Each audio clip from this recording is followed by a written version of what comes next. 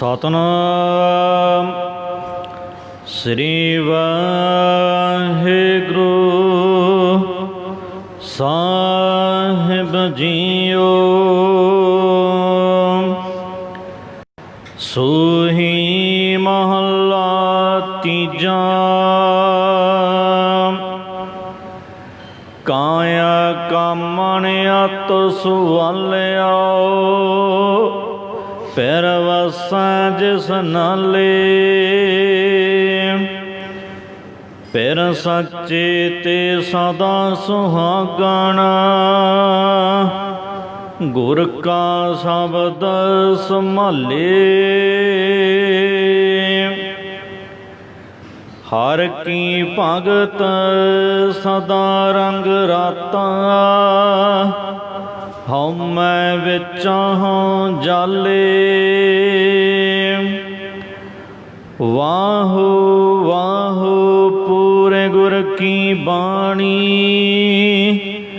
ਪੂਰੇ ਗੁਰ ਤੇ ਉਪਜੀ ਸਾਚ ਸਮਾਣੀ। ਰਹਾਉ।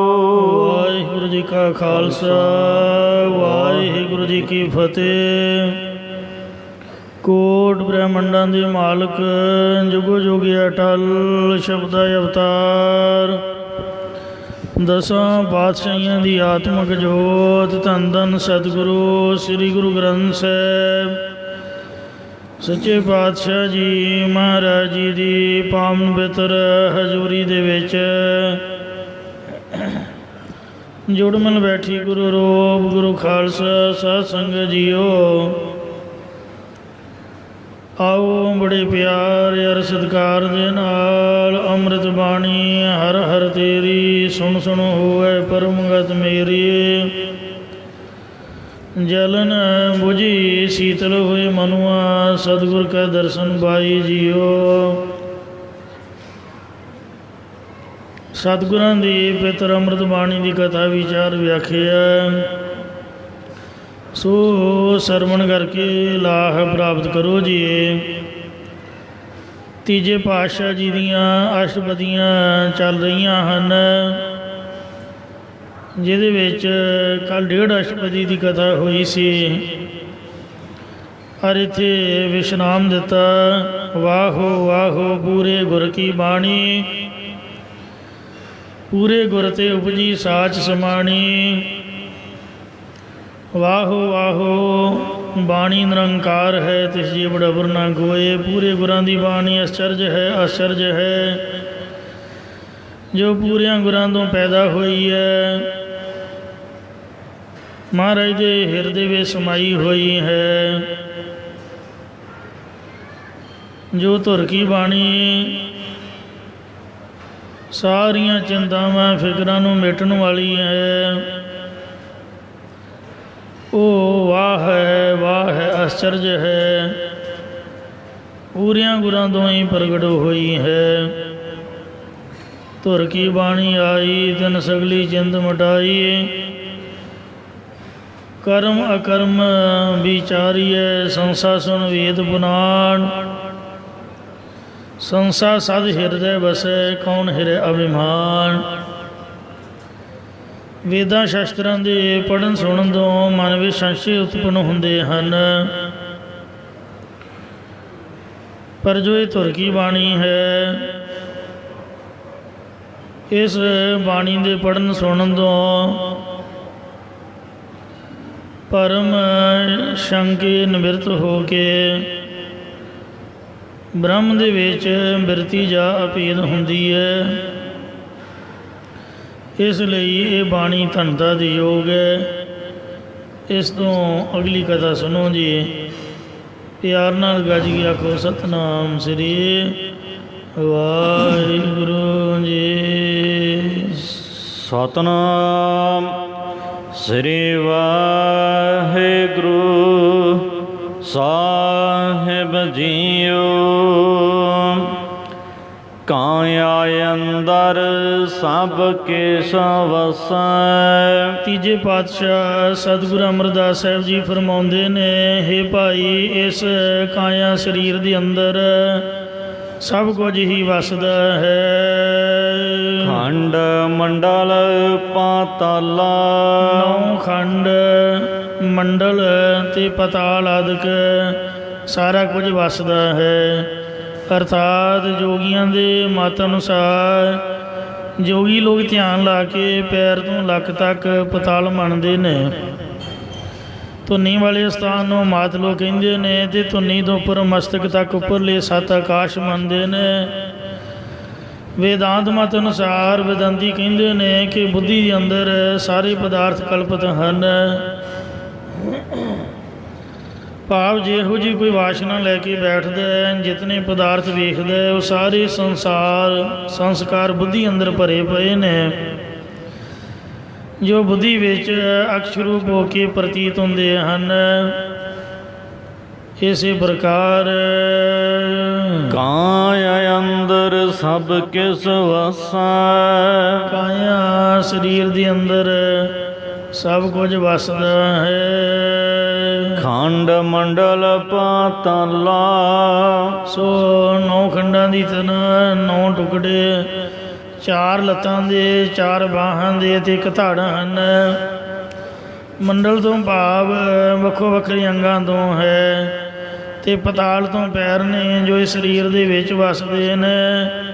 ਇਸੇ ਪ੍ਰਕਾਰ ਖੰਡ ਮੰਡਲ ਪਾਤਾਲਾ ਇਸ ਬੁੱਧੀ ਰੂਪ ਕਾਇਆ ਦੇ ਵਿੱਚ 9 ਖੰਡਾਂ ਦੀ ਤਰ੍ਹਾਂ ਨਵਦਾ ਭਗਤੀ, ਮੰਡਲ ਦੇਸ਼ ਦੀ ਤਰ੍ਹਾਂ ਸਾਧਨ ਅਤੇ ਪਤਾਲ ਦੀ ਤਰ੍ਹਾਂ ਨਿਮਰਤਾ ਦੇ ਗੁਣ ਵਸਦੇ ਨੇ।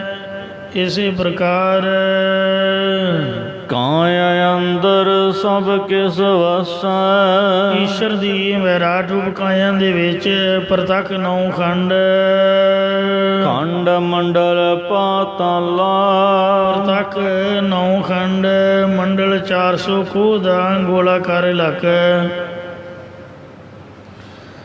ਮੰਡਲ ਦੇਸ਼ ਅਤੇ ਪਤਾਲ ਆਦਿ ਸਭ ਕੁਝ ਵਸ ਰਿਹਾ ਹੈ। ਕਾਇਆ ਅੰਦਰ ਜਗ ਜੀਵਨ ਦਾਤਾ ਵਸੈ ਕਾਇਆ ਨਾਮ ਦੇਹ ਦਾ ਵੀ ਹੈ, ਕਾਇਆ ਨਾਮ ਬੁੱਧੀ ਦਾ ਵੀ ਹੈ। ਇਹ ਦੇਹ ਹੀ ਜਾਂ ਬੁੱਧੀ ਦੇ ਅੰਦਰ ਜਗਤ ਦਾ ਜੀਵਨ ਰੂਪ ਦਾਤਾਰ ਪਰਮੇਸ਼ਰ ਵਸਦਾ ਹੈ। ਸਭਨ ਕਰੇ ਪ੍ਰਤਪਾਲਾ ਜੋ ਸਾਰੇ ਜੀਵਾਂ ਦੇ ਪ੍ਰਤ ਤਾਈਂ ਪਾਲਣਾ ਕਰਦਾ ਹੈ। ਕਾਇਆ ਕਾਮਨ ਸਦਾ ਸੁਹੇਲੀ ਇਹ ਕਾਇਆ ਦੇਹੀ ਜਾਂ ਬੁੱਧ ਰੂਪ ਇਸਤਰੀ ਹਮੇਸ਼ਾ ਹੀ ਸ਼ੋਭਨੀਕ ਸੁਖੀ ਹੈ। ਗੁਰਮੁਖ ਨਾਮ ਸੰਭਾਲਾ ਜਿਸ ਨੇ ਗੁਰਮੁਖ ਹੋ ਕੇ ਗੁਰਾਂ ਦੁਆਰਾ ਪਤੀ ਪਰਮੇਸ਼ਰ ਦਾ ਨਾਮ ਸੰਭਾਲਾ ਯਾਦ ਕੀਤਾ ਹੈ। ਕਾਇਆ ਅੰਦਰ ਆਪੇ ਵਸੈ ਇਸ ਕਾਇਆ ਦੇਹੀ ਦੇ ਅੰਦਰ ਆਪ ਹੀ ਪਰਮੇਸ਼ਰ ਵਸ ਰਿਹਾ ਹੈ। ਅਲਖ ਨਾ ਲਖਿਆ ਜਾਈ ਜੋ ਲਖਣ ਤੋਂ ਰਹਿਤ ਹੈ ਤੇ ਕਿਸੇ ਕੋਲੋਂ ਵੀ ਜਾਣਿਆ ਨਹੀਂ ਜਾਂਦਾ। ਮਨ ਮੁਖ ਮੁਗਦ ਬੂਝੈ ਨਾਹੀ ਪਰ ਮਨਮੁਖ ਬੇਸਮਝ ਪੁਰਸ਼ ਉਹਨੂੰ ਬੁੱਝਦੇ ਨਹੀਂ ਹਨ।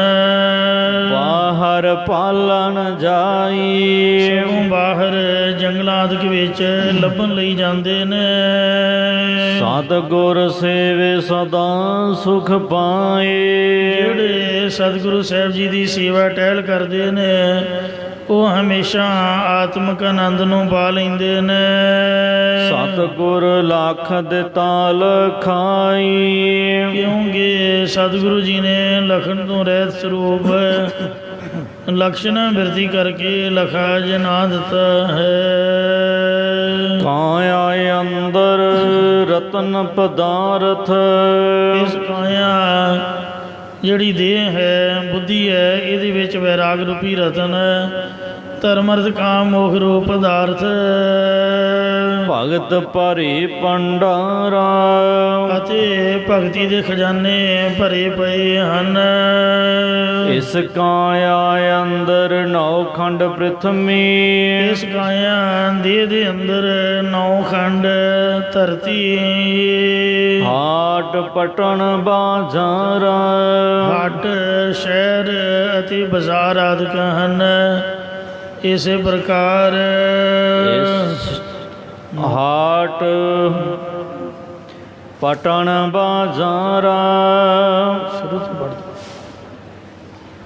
ਸ਼ੁਰੂ ਤੋਂ ਪੜ੍ਹ ਦੋ।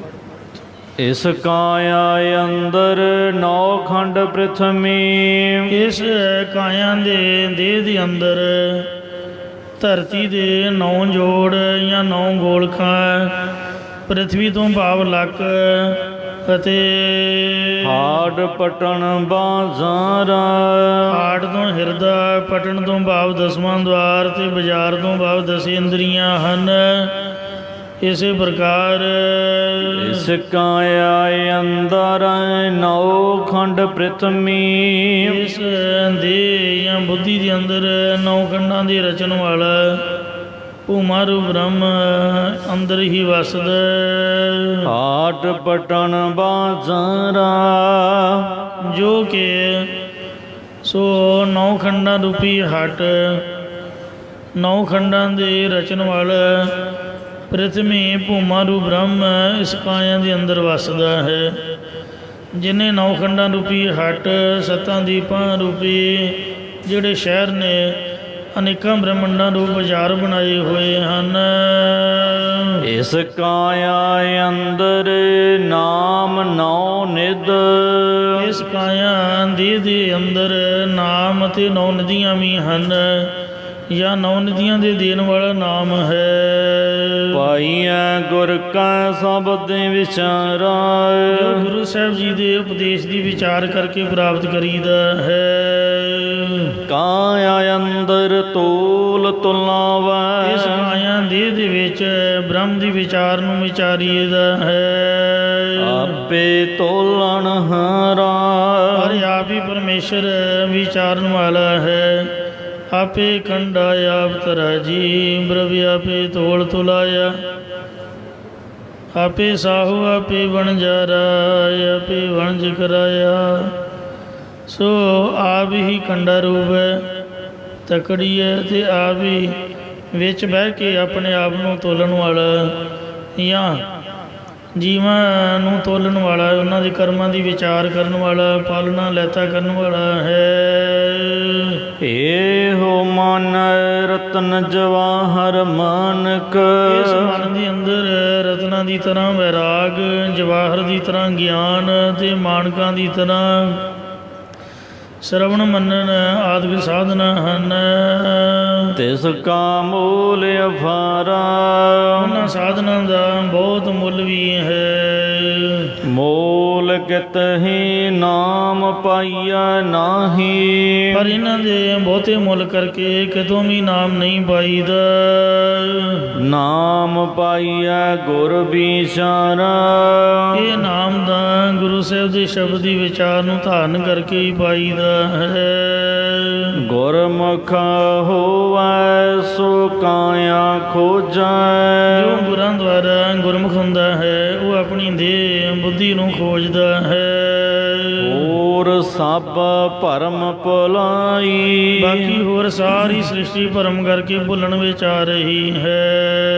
ਜਿਸ ਨੂੰ ਦੇ ਸੋਈ ਜਨ ਪਵੈ ਜਿਸ ਮਨੁੱਖ ਨੂੰ ਪਰਮੇਸ਼ਰ ਆਪ ਗੁਰੂ ਰੂਪ ਹੋ ਕੇ ਨਾਮ ਦੀ ਦਾਤ ਦਿੰਦਾ ਹੈ, ਉਹ ਪੁਰਖ ਇਸ ਦਾਤ ਨੂੰ ਪਾਉਂਦਾ ਹੈ।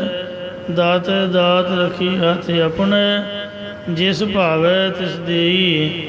ਨਾਨਕ ਨਾਮ ਰਤੇ ਸੁਖ ਪਾਇਆ, ਤਰਗੈ ਜਾਪੈ ਸੇਈ। ਹੋਰ ਕਿਆ ਕੋ ਕਰੇ ਚਤਰਾਈ ਜਿਹਨੂੰ ਪਰਮੇਸ਼ਰ ਗੁਰੂ ਰੂਪ ਹੋ ਕੇ ਨਾਮ ਦੀ ਦਾਤ ਦਿੰਦਾ ਹੈ, ਉਹੀ ਇਸ ਦਾਤ ਨੂੰ ਪਾਉਂਦਾ ਹੈ। ਹੋਰ ਕੋਈ ਸਿਆਣਪ ਕੀ ਕਰ ਸਕਦਾ? ਭਾਵ ਹੋਰ ਅਨੇਕਾਂ ਚਤੁਰਾਈਆਂ ਨਾਲ ਨਾਮ ਦੀ ਪ੍ਰਾਪਤੀ ਨਹੀਂ ਹੋ ਸਕਦੀ ਹੈ। ਚਤੁਰਾਈ ਸਿਆਣਪਾ ਕਿਤੇ ਕਾਮ ਨਾ ਆਈਐ, ਤੁਠਾ ਸਾਹਿਬ ਜੋ ਦੇਵੈ सोई सुख पाइए। ਕਾਇਆ ਅੰਦਰ ਭਉ ਭਾਉ ਵਸੈ ਇਸ ਕਾਇਆ ਦੇ ਬੁੱਧੀ ਵਿੱਚ ਹੀ ਪਰਮੇਸ਼ਰ ਦਾ ਡਰ ਅਤੇ ਪ੍ਰੇਮ ਵਸਦਾ ਹੈ। ਗੁਰ ਪ੍ਰਸਾਦੀ ਪਾਈ ਪਰ ਇਹ ਗੁਣ ਗੁਰੂ ਦੀ ਕਿਰਪਾ ਕਰਕੇ ਹੀ ਪ੍ਰਾਪਤ ਕਰੀਦੇ ਹਨ। ਕਾਇਆ ਅੰਦਰ ਬ੍ਰਹਮਾ ਵਿਸ਼ਨ ਮਹੇਸ਼ਾ ਇਸ ਕਾਇਆ ਦੇਹ ਦੇ ਅੰਦਰ ਬ੍ਰਹਮਾ ਵੀ ਹੈ, ਵਿਸ਼ਨੂੰ ਵੀ ਹੈ, ਸ਼ਿਵ ਜੀ ਵੀ ਹੈ। ਸਾਬਾਇਓ ਪਤ ਜਿਤ ਸੰਸਾਰਾ ਜਿਨ੍ਹਾਂ ਦੇਵਤਿਆਂ ਤੋਂ ਸਾਰਾ ਜਗਤ ਉਤਪਤ ਪਾਲਣਾ ਤੇ ਫਿਰ ਸੰਘਾਤ ਹੁੰਦਾ ਹੈ, ਉਹ ਸਾਰੇ ਇਸ ਦੇਹ ਦੇ ਵਿੱਚ ਵਸ ਰਹੇ ਹਨ। ਇਸੇ ਪ੍ਰਕਾਰ ਕਾਇਆ ਅੰਦਰ ਬ੍ਰਹਮਾ ਵਿਸ਼ਨ ਮਹੇਸ਼ਾ ਇਹ ਸਰੀਰ ਵਿੱਚ ਤਿੰਨਾਂ ਗੁਣਾਂ ਦੀ ਪ੍ਰਵਿਰਤੀ ਹੈ। ਜਿਸ ਵੇਲੇ ਰਜੋਗੁਣ ਹੈ ਉਦੋਂ ਬ੍ਰਹਮਾ ਦਾ ਨਿਵਾਸ ਹੈ, ਸਤੋਗੁਣ ਵੇਲੇ ਵਿਸ਼ਨੂੰ ਦਾ ਅਤੇ ਤਮੋਗੁਣ ਵੇਲੇ ਸ਼ਿਵ ਜੀ ਦਾ ਨਿਵਾਸ ਹੈ। ਇੰਜ ਸਾਬਾਇਓ ਪਤਾ ਜਿਤ ਸੰਸਾਰਾ ਇਹ ਸਾਰੇ ਇਸ ਕਾਇਆ ਦੇਹ ਜਾਂ ਬੁੱਧੀ 'ਚ ਹੀ ਵਸਦੇ ਨੇ। ਜਿਸ ਪਰਮੇਸ਼ਰ ਤੋਂ ਬ੍ਰਹਮਾ ਵਿਸ਼ਨੂੰ ਮਹੇਸ਼ ਉਤਪੰਨ ਹੋਏ ਨੇ, ਉਹ ਪਰਮੇਸ਼ਰ ਇਸ ਕਾਇਆ ਦੇ ਅੰਦਰ ਹੀ ਵਸ ਰਿਹਾ ਹੈ। ਬ੍ਰਹਮ ਗਿਆਨੀ ਕੋ ਖੋਜੈ ਮਹੇਸ਼ਵਰ, ਨਾਨਕ ਬ੍ਰਹਮ ਗਿਆਨੀ ਆਪ ਪਰਮੇਸ਼ਰ। ਇਸ ਲਈ ਆਖਿਆ ਹੈ ਸੱਚਾ ਆਪਣਾ ਖੇਲ ਰਚਾਇਆ ਇਹ ਸੰਸਾਰ ਸੱਚੇ ਪਰਮੇਸ਼ਰ ਨੇ ਆਪ ਦਾ ਇੱਕ ਖੇਡ ਰਚਾਇਆ ਹੋਇਆ ਹੈ। ਆਵਾ ਗਾਉਣ ਪਸਾਰਾ ਜੋ ਆਉਣ ਜਾਣ ਵਾਲਾ ਖਿਲਾਰਾ ਹੈ। ਪੂਰਾ ਸਤਿਗੁਰ ਆਪ ਦਿਖਾਇਆ ਪੂਰੇ ਸਤਿਗੁਰੂ ਸਾਹਿਬ ਨੇ ਜਿਨ੍ਹਾਂ ਨੂੰ ਬ੍ਰਹਮ ਆਪਣਾ ਆਤਮ ਰੂਪ ਕਰਕੇ ਦਿਖਾਇਆ ਹੈ। ਸੱਚ ਨਾਮ ਨਿਸਤਾਰਾ ਉਹਨਾਂ ਦਾ ਪਰਮੇਸ਼ਰ ਦੇ ਸੱਚੇ ਨਾਮ ਕਰਕੇ ਸੰਸਾਰ ਤੋਂ ਪਾਰ ਉਤਾਰਾ ਹੁੰਦਾ ਹੈ। ਸਾ ਕਾਇਆ ਜੋ ਸਤਿਗੁਰ ਸੇਵਾ ਉਹੀ ਕਾਇਆ ਸਰੀਰ ਦੇ ਬੁੱਧੀ ਸਫਲੀ ਹੈ ਜੋ ਸਤਿਗੁਰੂ ਸਾਹਿਬ ਨੂੰ ਸੇਵਦੀ ਹੈ। सतगुरु की सेवा सफल है जे को करे चित लाए, मन जिंदयावर पावना हौमै विचों जाए। सच्चा आप सवारी सच्चे परमेश्वर ने आप दे स्वरूप च भेद का रूप सुधार लई है। वण नावै दर टोई नाही परमेश्वर दे नाम जपे तो बिना परमेश्वर की दरगाह विच किसी नूं भी ढोई ओट पनाह नहीं मिलेगी।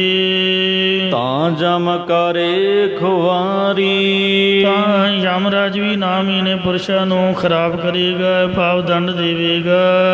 ਧਰਮ ਰਾਏ ਨੂੰ ਹੁਕਮ ਹੈ ਬੈ ਸੱਚਾ ਧਰਮ ਵਿਚਾਰ, ਦੂਜੇ ਪਾਏ ਦੁਸ਼ਟ ਆਤਮਾ ਉਹ ਤੇਰੀ ਸਰਕਾਰ। ਨਾਨਕ ਸੱਚ ਵਡਿਆਈ ਪਾਏ। ਸਤਿਗੁਰੂ ਮਹਾਰਾਜ ਸਾਹਿਬ ਕਥਨ ਕਰਦੇ ਨੇ ਕਿ ਇਸ ਕਾਇਆ ਨੂੰ ਪ੍ਰਾਪਤ ਕਰਕੇ ਉਹੀ ਪੁਰਸ਼ ਸੱਚੀ ਵਡਿਆਈ ਨੂੰ ਪਾ ਸਕਦਾ ਹੈ। ਜਿਸ ਨੂੰ ਹਰ ਕਿਰਪਾ ਤਾਰੀ ਜਿਸ ਦੇ ਤਾਈਂ ਹਰੀ ਪਰਮੇਸ਼ਰ ਨੇ ਆਪਣੀ ਮਿਹਰ ਧਾਰਨਾ ਕੀਤੀ ਹੈ। ਰਾਗ ਸੂਹੀ ਮਹਲਾ ਤੀਜਾ ਸੂਹੀ ਰਾਗ ਦੇ ਅੰਦਰ ਤੀਜੇ ਪਾਤਸ਼ਾਹ ਸਤਿਗੁਰੂ ਅਮਰਦਾਸ ਸਾਹਿਬ ਜੀ ਇਹ ਪਾਵਨ ਉਪਦੇਸ਼ ਉਚਾਰਦੇ ਨੇ। ਘਰ ਦਸਵਾ ਦਸਵੇਂ ਸੁਰ ਤਾਲ ਦੇ ਵਿੱਚ ਇਹ ਸ਼ਬਦ ਉਚਾਰ ਰਹੇ ਹਨ।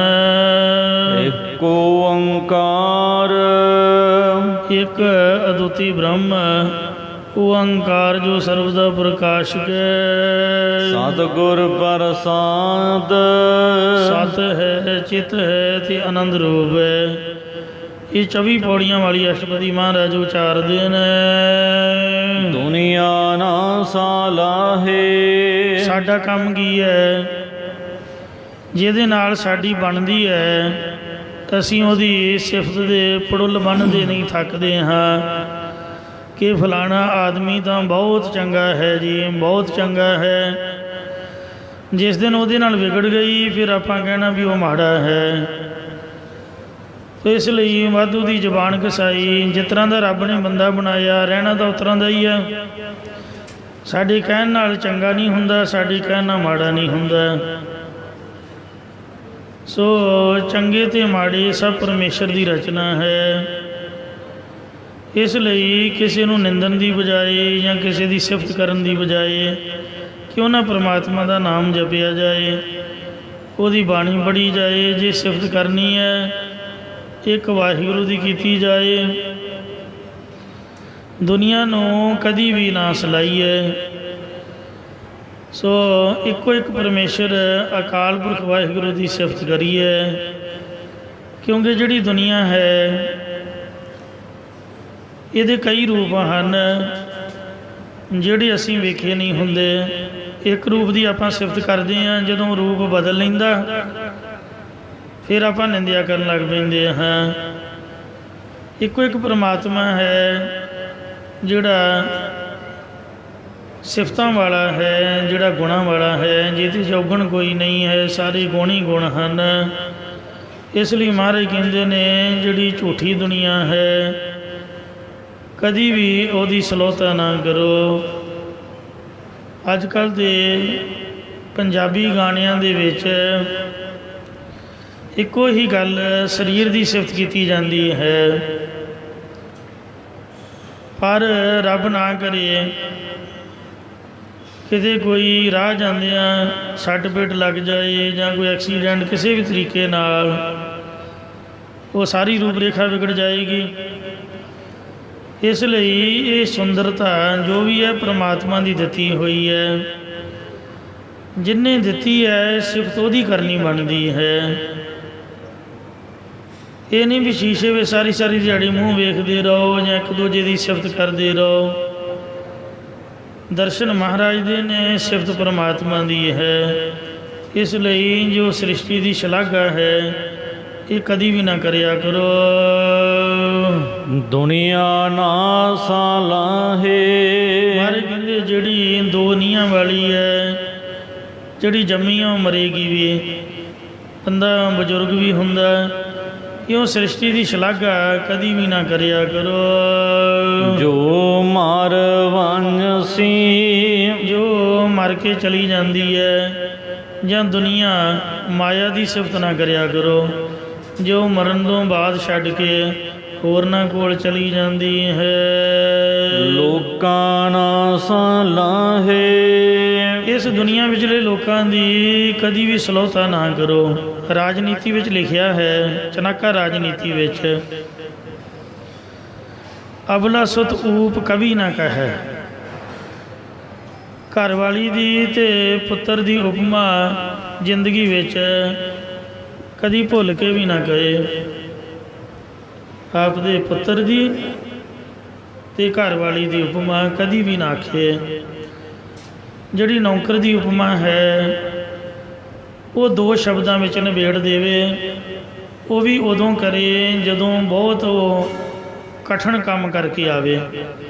ਦੋ ਸ਼ਬਦਾਂ 'ਚ ਉਹਦੀ ਸਿਫਤ ਕਰਕੇ ਉੱਥੇ ਹੀ ਸਮਾਪਤ ਕਰ ਦੇ। ਆਪਦੇ ਮੂੰਹ ਤੋਂ ਆਪਦੀ ਸਿਫਤ ਮੀਆਂ ਮਿੱਠੂ ਕਦੀ ਨਾ ਬਣੇ।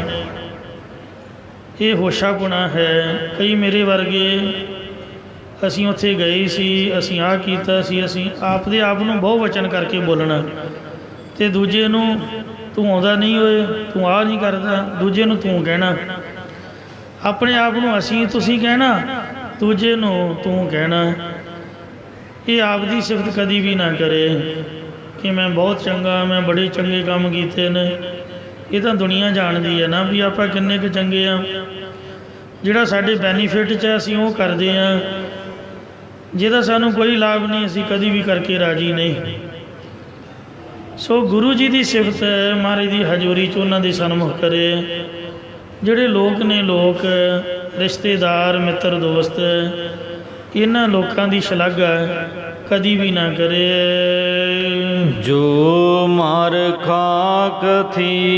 ਜੋ ਲੋਕ ਮਰ ਕੇ ਸਵਾਹ ਹੋ ਜਾਂਦੇ ਨੇ, ਕਿਉਂਕਿ ਅੱਜ ਸਿਫਤ ਕਰਾਂਗੇ ਫਿਰ ਉਹ ਧੋਖਾ ਦੇ ਜਾਏਗਾ, ਫਿਰ ਆਪਾਂ ਪਛਤਾਵਾਂਗੇ। ਇਸ ਲਈ ਬਿਹਤਰ ਇਹ ਹੈ ਕਿ ਬੇਅੰਤ ਬਾਣੀਆਂ ਵਾਲਾ ਸ੍ਰੀ ਗੁਟਕਾ ਸਾਹਿਬ ਆਪ ਦੇ ਕੋਲ ਰੱਖੋ।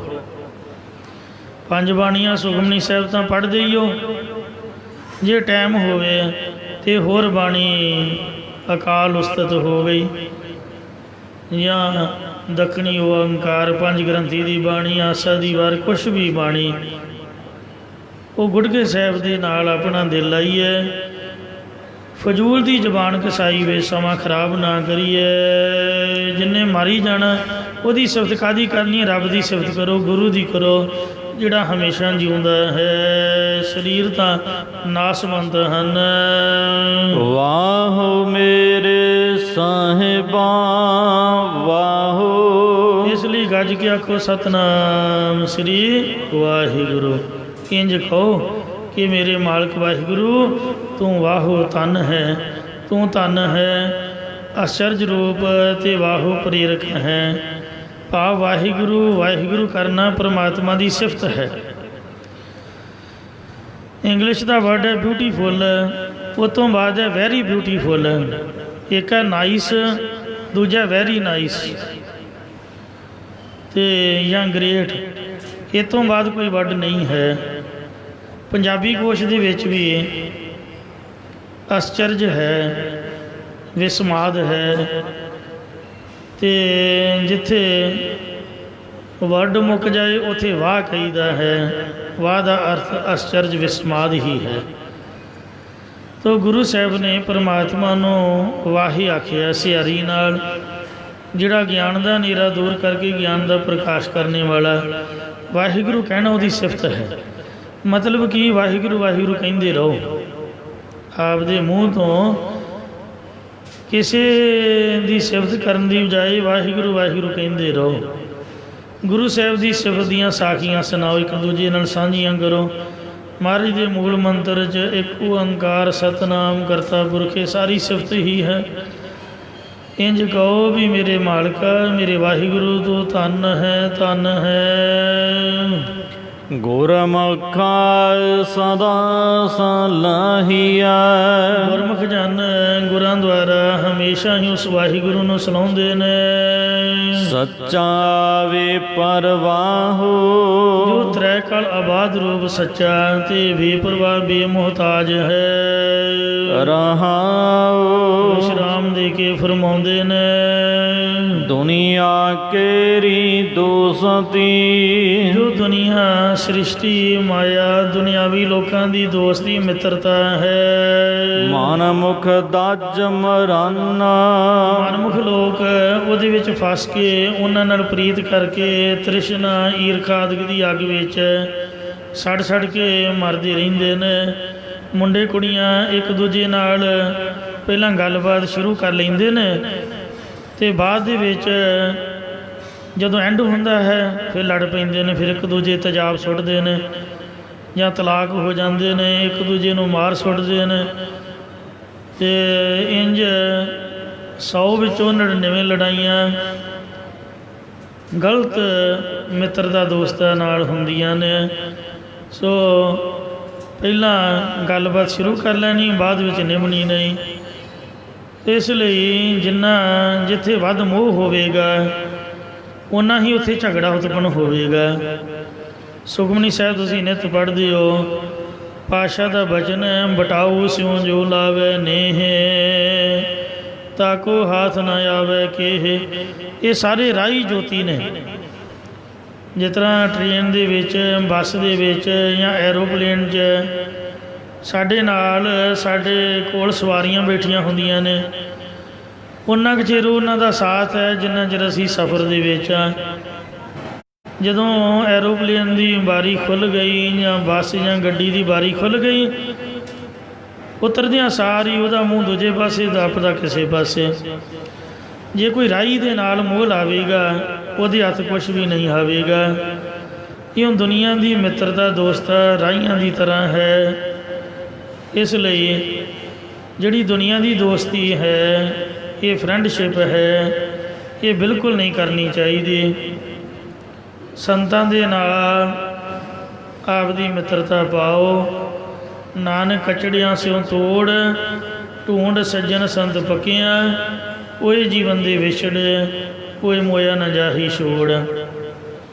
ਕਈਆਂ ਦਾ ਸੁਭਾਅ ਹੁੰਦਾ ਹੈ ਉਹ ਹਰੇਕ ਨੂੰ ਹੀ ਮਾਂ ਬਣਾ ਲੈਂਦੇ ਨੇ, ਹਰੇਕ ਨੂੰ ਹੀ ਭੈਣ ਬਣਾ ਲੈਂਦੇ ਨੇ, ਹਰੇਕ ਨੂੰ ਹੀ ਭੂਆ ਬਣਾ ਲੈਂਦੇ ਨੇ। ਇਹ ਵੀ ਬੁਰਾ ਸੁਭਾਅ ਹੈ। ਬਹੁਤੀਆਂ ਮਾਵਾਂ ਨਹੀਂ ਬਣਾਈ ਦੀਆਂ ਅਤੇ ਬਹੁਤੀਆਂ ਭੈਣਾਂ ਵੀ ਨਹੀਂ ਬਣਾਈ ਦੀਆਂ ਅਤੇ ਬਹੁਤੀਆਂ ਭੂਆ ਵੀ ਨਹੀਂ ਬਣਾਈ ਦੀਆਂ। ਇਹਦੇ ਨਾਲ ਮੋਹ ਵੱਧਦਾ ਹੈ, ਫਿਰ ਵਿਕਾਰ ਉਤਪੰਨ ਹੁੰਦੇ ਨੇ, ਫਿਰ ਪਤਾ ਲੱਗ ਜਾਂਦਾ, ਫਿਰ ਝਗੜਾ ਪੈਂਦਾ ਹੈ। ਇਸ ਲਈ ਜਿਹੜੀ ਆਪ ਦੀ ਮਾਂ ਹੈ ਉਹਦਾ ਹੀ ਸਤਿਕਾਰ ਕਰੀਏ। ਆਪ ਦੀ ਭੈਣ ਹੈ ਉਹਦੇ ਕੋਈ ਰੱਖੜੀ ਬਣਾਈਏ ਅਤੇ ਆਪਦਿਆਂ ਨਾਲ ਹੀ ਮਸਾਂ ਮਿਲਿਆ ਜਾਂਦਾ। ਜਿਹੜਾ ਬਹੁਤਿਆਂ ਨਾਲ ਲਿੰਕ ਕਰਨਾ ਹੈ ਉਹ ਪਰੇਸ਼ਾਨੀ ਦਾ ਕਾਰਨ ਹੈ। ਕਲਯੁਗ ਦਾ ਸੁਭਾਵ ਹੈ ਵੀ ਨੇੜਲੇ ਛੱਡ ਕੇ ਅਤੇ ਦੂਜਿਆਂ ਦੇ ਨਾਲ ਲਗਾਵ ਕਰਨਾ। ਤਾਂ ਇਸ ਵਾਸਤੇ ਮਹਾਰਾਜ ਕਹਿੰਦੇ ਨੇ ਵੀ ਜਿਹੜੀ ਦੋਸਤੀ ਹੈ, ਰਿਸ਼ਤੇਦਾਰੀ ਹੈ, ਮਿੱਤਰਤਾ ਹੈ, ਮਨਮੁਖ ਲੋਕ ਫਸ ਕੇ ਇਹਨਾਂ 'ਚ ਪਿਆਰ ਕਰ ਕਰਕੇ ਤ੍ਰਿਸ਼ਨਾ ਦੇ ਵਿੱਚ ਮਰਦੇ ਨੇ, ਈਰਖਾ ਵਿੱਚ। ਇਹ ਅੱਗ ਵਿੱਚ ਸੜ ਬਲ ਕੇ ਮਰਦੇ ਰਹਿੰਦੇ ਹਨ। ਜੰਪੁਰ ਬੱਦੇ ਮਾਰੀਆ ਹੈ। ਉਹ ਜਮਾਂ ਦੀ ਪੁਰੀ ਭਾਵ ਧਰਮਰਾਜੇ ਦੀ ਕਚਹਿਰੀ ਵਿੱਚ ਬੰਨੇ ਹੋਏ ਮਾਰੇ ਜਾਂਦੇ, ਕੁੱਟੇ ਜਾਂਦੇ ਨੇ। ਵੇਲਾ ਨਾ ਲਹਨ। ਫਿਰ ਗੁਨਾਹਾਂ ਨੂੰ ਬਖਸ਼ਾਉਣ ਵਾਸਤੇ ਮਨੁੱਖਾ ਜਨਮ ਰੂਪੀ ਵੇਲਾ ਸਮਾਂ ਪ੍ਰਾਪਤ ਨਹੀਂ ਕਰ ਸਕਦੇ। ਗੁਰਮੁਖ ਜਨਮ ਸਕਾਰਥਾ। ਗੁਰਮੁਖ ਜਨਾਂ ਦਾ ਮਨੁੱਖਾ ਜਨਮ ਪ੍ਰਾਪਤ ਕੀਤਾ ਹੋਇਆ ਸਫਲਾ ਹੈ। ਸੱਚਾ ਸ਼ਬਦ ਲਗਨ। ਕਿਉਂਕਿ ਉਹ ਗੁਰਾਂ ਦੇ ਸੱਚੇ ਉਪਦੇਸ਼ ਜਾਂ ਸੱਚੇ ਬ੍ਰਹਮ ਦੇ ਵਿੱਚ ਲੱਗੇ ਹੋਏ ਹਨ। ਗੁਰਮੁਖ ਆਤਮ ਰਾਮ ਬਰਗਾਸਿਆ। ਉਹਨਾਂ ਨੇ ਆਤਮ ਰਾਮ ਮਨ ਵਿੱਚ ਪਰਮੇਸ਼ਰ ਦੇ ਗਿਆਨ ਦਾ ਪ੍ਰਕਾਸ਼ ਉਹਨਾਂ ਦੇ ਹੋ ਗਿਆ ਹੈ। ਜਾਂ ਇਸੇ ਤਰ੍ਹਾਂ ਆਤਮ ਰਾਮ ਬਰਗਾਸਿਆ। ਉਹਨਾਂ ਨੇ ਜੀਵਾਤਮਾ ਨੂੰ ਤੇ ਰਾਮ ਨੂੰ ਆਪਣਾ ਆਤਮਾ ਰੂਪ ਕਰਕੇ ਜਾਣ ਲਿਆ ਹੈ। ਸਹਿਜੇ ਸੁਖ ਰਹਨ। ਉਹਨਾਂ ਦੇ ਅੰਦਰ ਤਤ ਪਦ ਦੇ ਲੱਖ ਅਰਥ ਅਤੇ ਤੁੰਗ ਪਦ ਦੇ ਲੱਖ ਅਰਥ ਦੀ ਏਕਤਾ ਦਾ ਪ੍ਰਕਾਸ਼ ਹੋਇਆ ਹੈ, ਜਿਸ ਕਰਕੇ ਉਹ ਸੁਭਾਵਿਕ ਹੀ ਸੁਖੀ, ਸਹਿ ਸਰੂਪ ਦੀ ਸਖਿਆਤਾ ਕਰਕੇ ਸੁਖੀ ਰਹਿੰਦੇ ਨੇ। ਗੁਰ ਕਾ ਸ਼ਬਦ ਵਿਸਾਰਿਆ। ਮਨਮੁਖ ਪੁਰਸ਼ਾਂ ਨੇ ਗੁਰੂ ਸਾਹਿਬ ਜੀ ਦਾ ਉਪਦੇਸ਼ ਭੁਲਾ ਦਿੱਤਾ ਹੈ। ਦੂਜੈ ਭਾਈ ਰਚਨ। ਅਤੇ ਦ્વੈਤ ਭਾਵ ਦੇ ਵਿੱਚ ਹੀ ਰਚੇ ਰਹਿੰਦੇ ਨੇ। ਤ੍ਰਿਸ਼ਨਾ ਭੁੱਖ ਨਾ ਉਤਰੈ। ਉਹਨਾਂ ਦੀ ਰਸਾ ਕਸਾਂ ਦੀ ਤ੍ਰਿਸ਼ਨਾ, ਪਦਾਰਥਾਂ ਦੀ ਆਸਾ ਰੂਪ ਭੁੱਖ ਕਦੇ ਵੀ ਨਹੀਂ ਉਤਰਦੀ। ਅਣ ਦਿਨ ਜਲਤ ਫਿਰਨ। ਫਿਰ ਉਹ ਦਿਨ ਰਾਤ ਈਰਖਾ ਨਰਕਾਂ ਦੀ ਅੱਗ ਵਿੱਚ ਸੜਦੇ ਫਿਰਦੇ ਰਹਿੰਦੇ ਨੇ। ਦੁਸ਼ਟਾਂ ਨਾਲ ਦੋਸਤੀ। ਭੈੜੇ ਮਨੁੱਖਾਂ ਕਾਮ ਆਦਿਕਾਂ ਦੇ ਨਾਲ ਮਿੱਤਰਤਾ ਕਰਦੇ ਨੇ। ਨਾਲ ਸੰਤਾਂ ਵੈਰ ਕਰਨ। ਤੇ ਸ਼ਾਂਤ ਚਿੱਤ ਵਾਲੇ ਮਹਾਤਮਾ ਜਨਾਂ ਨਾਲ ਦੁਸ਼ਮਣੀ ਕਰਦੇ ਨੇ। ਕਾਮੀ ਪੁਰਸ਼ਾਂ ਦੇ ਨਾਲ ਤਾਂ ਦੋਸਤੀ ਕਰਦੇ ਨੇ, ਕਾਮ ਆਦਿਕ ਤਾਂ ਸਾਡੇ ਮਿੱਤਰ ਨੇ, ਅਤੇ ਸੰਤਾਂ ਦੇ ਨਾਲ ਈਰਖਾ ਵੈਰ ਵਿਰੋਧ ਕਰਦੇ ਨੇ। ਸੰਤਾਂ ਨਾਲ ਵੈਰ ਕਮਾਉਂਦੇ, ਦੁਸ਼ਟਾਂ ਨਾਲ ਮੋਹ ਪਿਆਰ। ਅੱਗੇ ਪਿੱਛੇ ਸੁਖ ਨਹੀਂ, ਮਰ ਜੰਮੈ ਵਾਰੋ ਵਾਰ। ਆਪ ਡੁੱਬੇ ਕਟੰਬ ਸਿਓ। ਉਹ ਆਪ ਤੇ ਆਪਣੇ ਪਰਿਵਾਰ ਸਮੇਤ ਗੁਰੂ ਤੋਂ ਬੇਮੁਖ ਹੋ ਕੇ ਸੰਸਾਰ ਸਮੁੰਦਰ ਵਿੱਚ ਡੁੱਬ ਗਏ ਹਨ। ਸਗਲੇ ਕੁਲ ਡੁਬਨ। ਪਰ ਆਪਣੇ ਸਾਰੇ ਰਿਸ਼ਤੇਦਾਰ ਆਦਿਕ ਸੰਬੰਧੀਆਂ ਦੀ ਕੁਲਾਂ ਨੂੰ ਵੀ ਡੋਬ ਲੈਂਦੇ ਨੇ। ਨਿੰਦਾ ਭਲੀ ਕਿਸਾ ਕੀ ਨਾਹੀ। ਇਹ ਗੁਰਮੁਖੋ, ਨਿੰਦਿਆ ਤਾਂ ਕਿਸੇ ਦੀ ਵੀ ਕਰਨੀ ਚੰਗੀ ਗੱਲ ਨਹੀਂ ਹੈ। ਮਨ ਮੁਖਾ ਮੁਗਧ ਕਰਨਾ। ਮਨ ਦੇ ਆਖੇ ਲੱਗਣ ਵਾਲੀ ਬੇਸਮਝ ਜੀਵ ਫਿਰ ਵੀ ਨਿੰਦਿਆ ਕਰੀ ਹੀ ਕਰੀ ਜਾਂਦੇ ਨੇ। ਨਿੰਦਿਆ ਤਾਂ ਆਮ ਦੀ ਵੀ ਕਰਨੀ ਚੰਗੀ ਨਹੀਂ, ਭਲੇ ਪੁਰਸ਼ ਦੀ ਨਿੰਦਿਆ ਤਾਂ ਉਹ ਬੇੜਾ ਬਿਠਾ ਦਿੰਦੀ ਹੈ। ਸੋ ਕਬੀਰ ਸਾਹਿਬ ਜੀ ਨੇ ਆਖਿਆ ਹੈ ਵੀ ਸੰਤਾਂ ਨੂੰ ਤਾਂ ਨਿੰਦਿਆ ਸਰਵ ਸ੍ਰੇਸ਼ਟ ਹੈ, ਪਰ ਜਿਹੜਾ ਨਿੰਦਿਆ ਕਰਦਾ ਉਹਦਾ ਬੇੜਾ ਡੁੱਬ ਜਾਂਦਾ ਹੈ। गौड़ी निंदो निंदो मोह को लोग निंदो, निंदा जन को खरी प्यारी, निंदा बाप निंदा मैं तारी रहा। निंदा हुए तो बैकुंठ जाइए, नाम पदार्थ मने बसाइए, हृदय शुद्ध जो निंदा होए, हमरे कपरे निंदक होए। निंदा करे सो हमरा मीत, निंदक माही हमारा चीत। निंदक सो जो निंदा हो रहा, हमरा जीवन निंदक लो रहा। निंदा हमरी प्रेम प्यार, निंदा हमरा करे उधार। जन कबीर को निंदा सार। इन्हां शब्द उचारिया ਤਾਂ ਆਕਾਸ਼ਬਾਣੀ ਹੋਈ, हे ਕਬੀਰ ਨਿੰਦਕ ਤਾਂ ਪਹਿਲਾਂ ਹੀ ਸੰਤਾਂ ਨੂੰ ਟਿਕਣ ਨਹੀਂ ਦਿੰਦੇ, ਤੂੰ ਉਹਨਾਂ ਦੀ ਸਿਫਤ ਕਰ ਦਿੱਤੀ ਆ। ਇਹਦੇ ਨਾਲ ਉਹਨਾਂ ਨੂੰ ਹੋਰ ਬੜਾਵਾ ਮਿਲੇਗਾ। ਤਾਂ ਕਬੀਰ ਜੀ ਨੇ ਇੱਕੋ ਹੀ ਪੰਕਤੀ 'ਚ ਨਿਬੇੜਾ ਕਰ ਦਿੱਤਾ, ਨਿੰਦਕ ਡੁੱਬਾ ਹਮ ਉਤਰੇ ਪਾਰ। ਨਿੰਦਕ ਡੁੱਬ ਗਿਆ, ਅਸੀਂ ਪਾਰ ਉਤਰ ਗਏ। ਨਿੰਦਾ ਮਲ ਪੱਖ ਧੋਵੈ। ਜਿਹੜਾ ਨਿੰਦਕ ਹੈ ਉਹ ਦੂਜੇ ਦੀ ਮੈਲ ਨੂੰ ਆਪਦੇ ਮੂੰਹ ਦੇ ਨਾਲ ਚੁੱਕਦਾ ਹੈ। ਜਿਹੜਾ ਸਫਾਈ ਸੇਵਕ ਹੈ ਉਹ ਤਾਂ ਪੱਤਰਿਆਂ ਪੁੱਤਰਿਆਂ ਦੇ ਨਾਲ ਸਾਫ਼ ਕਰਦਾ ਹੈ। ਬਾਹਰਲੀਆਂ ਕਰਨੀਆਂ ਜਿਹਦਾ ਲਿਫਾਫੇ 'ਚ ਪਾ ਕੇ ਕੂੜਾ ਰੱਖ ਦਿੰਦੇ, ਦਸਤਾਨੇ ਉਹਨਾਂ ਪਾਏ ਹੁੰਦੇ ਨੇ, ਹੱਥ ਨਹੀਂ ਲਾਉਣਾ ਉਹਨਾਂ ਕੂੜੇ ਨੂੰ। ਉਹ ਪਿਆ ਦੇ ਪਿਆ ਰਵੇ, ਖੁੱਲ੍ਹਾ ਨਹੀਂ ਚੁੱਕਣਾ, ਲਿਫਾਫੇ ਚੁੱਕ ਕੇ ਵਿੱਚ ਰੱਖਣੇ ਨੇ। ਅਤੇ ਇਸੇ ਪ੍ਰਕਾਰ ਜਿਹੜੇ ਸਫਾਈ ਸੇਵਕ ਨੇ ਉਹ ਵੀ ਬੜੇ ਧਿਆਨ ਦੇ ਨਾਲ ਚੁੱਕਦੇ ਨੇ।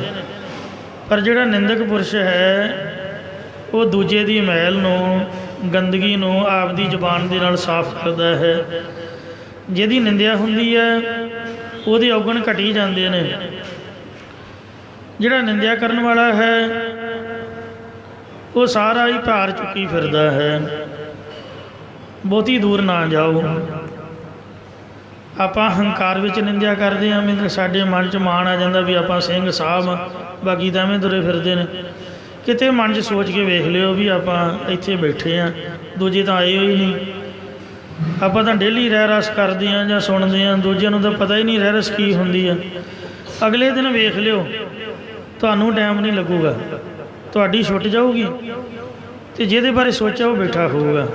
ਗੱਜ ਕੇ ਆਖੋ ਸਤਿਨਾਮ ਸ੍ਰੀ। ਜਦੋਂ ਵੀ ਅਵਸਥਾ ਡਿੱਗਦੀ ਹੈ, ਹੰਕਾਰ ਵਿੱਚ ਡਿੱਗਦੀ ਹੈ, ਅਸੀਂ ਆਪਣੇ ਆਪ ਨੂੰ ਚੰਗਾ ਸਮਝ ਕੇ ਦੂਜੇ ਨੂੰ ਮਾੜਾ ਗਿਣਦੇ ਹਾਂ, ਉੱਥੇ ਫਿਰ ਬੰਦਾ ਫੇਲ ਹੋ ਜਾਂਦਾ। ਵੈਸੇ ਘੋੜੇ ਨੂੰ ਖੋਤਾ ਅਤੇ ਖੋਤੇ ਨੂੰ ਗਾਂ ਕਹਿਣਾ ਨਿੰਦਿਆ ਹੈ, ਸ਼ਰਾਬੀ ਨੂੰ ਸ਼ਰਾਬੀ ਕਹਿਣਾ ਨਿੰਦਿਆ ਨਹੀਂ ਹੈ। ਕਿਸੇ ਚੀਜ਼ ਨੂੰ ਬਦਲ ਕੇ ਪੇਸ਼ ਕਰਨਾ, ਕਿਸੇ ਦੇ ਹੋਣ ਗੁਣ ਦੇ ਕਹਿਣੇ ਔਗਣ, ਉਹਨੂੰ ਨਿੰਦਿਆ ਕਹਿੰਦੇ ਨੇ। ਇਹ ਬੜੀ ਮਾੜੀ ਗੱਲ ਹੈ। ਇੱਕ ਰਾਜਾ ਸੀ, ਉਹਨੇ ਜੱਗ ਕੀਤਾ ਅਤੇ ਜਦੋਂ ਖੀਰ ਬਣ ਰਹੀ ਸੀ, ਓਪਨ ਦੇ ਵਿੱਚ ਬਿਨਾਂ ਛੱਤ ਤੋਂ ਲੰਗਰ ਨਹੀਂ ਬਣਾਉਣਾ ਚਾਹੀਦਾ, ਖਾਸ ਕਰਕੇ ਦਰੱਖਤ ਦੇ ਹੇਠਾਂ। ਤਾਂ ਕਦੀ ਵੀ ਲੰਗਰ ਨਾ ਬਣਾਓ ਅਤੇ ਨਾ ਹੀ ਲੰਗਰ ਵਰਤਾਓ। ਕੀ ਪਤਾ ਕਿਹੜੇ ਪੰਛੀ ਨੇ ਕੀ ਕਰ ਦੇਣਾ। ਓਪਨ ਦੇ ਵਿੱਚ ਵੀ ਬੜਾ ਖਿਆਲ ਰੱਖਣਾ ਪੈਂਦਾ। ਉਹ ਜਿਹੜਾ ਲਾਂਗਰੀ ਸੀਗਾ, ਖਪਿਆ ਤਪਿਆ ਸੀ ਵਿਚਾਰਾ। ਇੰਨਾ ਟੈਂਪਰੇਚਰ, ਅੱਗ ਅਤੇ ਭਾਂਬੜ ਮੱਚ ਰਹੇ, ਦੇਗਚਾ ਵੱਡਾ ਸਾਰਾ ਰੱਖਿਆ, ਉਹ 'ਚ ਖੀਰ ਬਣ ਰਹੀ। ਪਲਟਾ ਮਾਰਦਾ ਮਾਰਦਾ ਉਹਨੂੰ ਗਰਮੀ ਚੜ੍ਹੀ, ਪਤਾ ਨਹੀਂ ਕੋਈ ਕੰਮ ਕਰਨ, ਖੀਰ 'ਚ ਕੋਈ ਚੀਜ਼ ਪਾਉਣੀ ਹੋਊਗੀ, ਪਰਾਂ ਨੂੰ ਚਲਾ ਗਿਆ। ਉੱਪਰੋਂ ਦੀ ਇੱਲ ਲੰਘ ਰਹੀ ਸੀ, ਇੱਲ ਦੇ ਪੈਰ ਵਿੱਚ ਮਰਿਆ ਸੱਪ ਫੜਿਆ ਹੋਇਆ ਸੀ। ਉਹ ਜਦ ਦੇਗਚੇ ਦੇ ਉੱਪਰੋਂ ਦੀ ਲੰਘੀ, ਉਹਨੂੰ ਗਰਮ ਭਾਫ਼ ਪਈ, ਭਾਫ਼ ਨਾਲ ਉਹ ਡਰ ਗਈ, ਘਬਰਾ ਗਈ। ਉਹਦੇ ਪੈਰ 'ਚੋਂ ਸੱਪ ਛੁੱਟ ਗਿਆ, ਸੱਪ ਪੈ ਗਿਆ ਖੀਰ ਵਿੱਚ। ਲਾਂਗਰੀ ਆਇਆ, ਖਪਿਆ ਤਪਿਆ, ਉਹਨੇ ਕੁਝ ਨਹੀਂ ਵੇਖਿਆ। ਬਾਕੀ ਦੇਗਚੇ ਵਿੱਚੋਂ ਭਾਫ਼ ਨਿਕਲ ਰਹੀ ਸੀ, ਉਹਨੂੰ ਦਿਖਦਾ ਵੀ ਕੁਛ ਨਹੀਂ ਸੀ ਵਿੱਚ ਕੀ ਹੋ ਰਿਹਾ। ਭਾਫ਼ ਕਾਰਨ ਕੁਝ ਨਹੀਂ ਦਿਖ ਰਿਹਾ ਸੀ। ਆਉਂਦਿਆਂ ਸਾਰਿਆਂ ਨੇ ਪਲਟਾ ਠਾਹ ਠਾਹ ਮਾਰਨਾ ਸ਼ੁਰੂ ਕਰ ਦਿੱਤਾ। ਉਹ ਮਿਕਸਅਪ ਹੋ ਗਿਆ। ਜ਼ਹਿਰੀਲੀ ਖੀਰ ਕਾਰਨ ਕਾਫੀ ਸਾਰੇ ਜਿੰਨੇ ਵੀ ਬ੍ਰਾਹਮਣ ਬੁਲਾਏ ਸੀ ਬ੍ਰਹਮ ਭੋਜ 'ਤੇ, ਉਹ ਸਾਰੇ ਦੇ ਸਾਰੇ ਹੀ ਮਰ ਗਏ। ਰਾਜੇ ਨੂੰ ਬੜਾ ਦੁੱਖ ਲੱਗਾ ਕਿ ਕੀ ਹੋਇਆ, ਪਤਾ ਕੁਛ ਲੱਗੇ ਨਾ। ਰਾਜੇ ਨੇ ਰਾਜ ਛੱਡ ਕੇ ਸੰਨਿਆਸ ਲੈ ਲਿਆ, ਪਛਚਾਤਾਪ ਕਰਨ ਵਾਸਤੇ ਸਾਧੂ ਬਣ ਗਿਆ। ਮੰਗ ਕੇ ਖਾ ਲੈਣਾ ਅਤੇ ਬਾਕੀ ਸਮਾਂ ਜੰਗਲ ਵਿੱਚ ਜਾ ਕੇ ਤਪ ਕਰਨਾ। ਇੱਕ ਵਾਰ ਭੁੱਖ ਲੱਗੀ ਤੋਂ ਮੰਗ ਰਿਹਾ ਸੀ। ਉਹ ਬ੍ਰਾਹਮਣ ਦਾ ਘਰ ਸੀ, ਜਿਹੜਾ ਬ੍ਰਾਹਮਣ ਮਰਿਆ ਹੋਇਆ ਸੀ ਜੱਗ ਵਿੱਚ।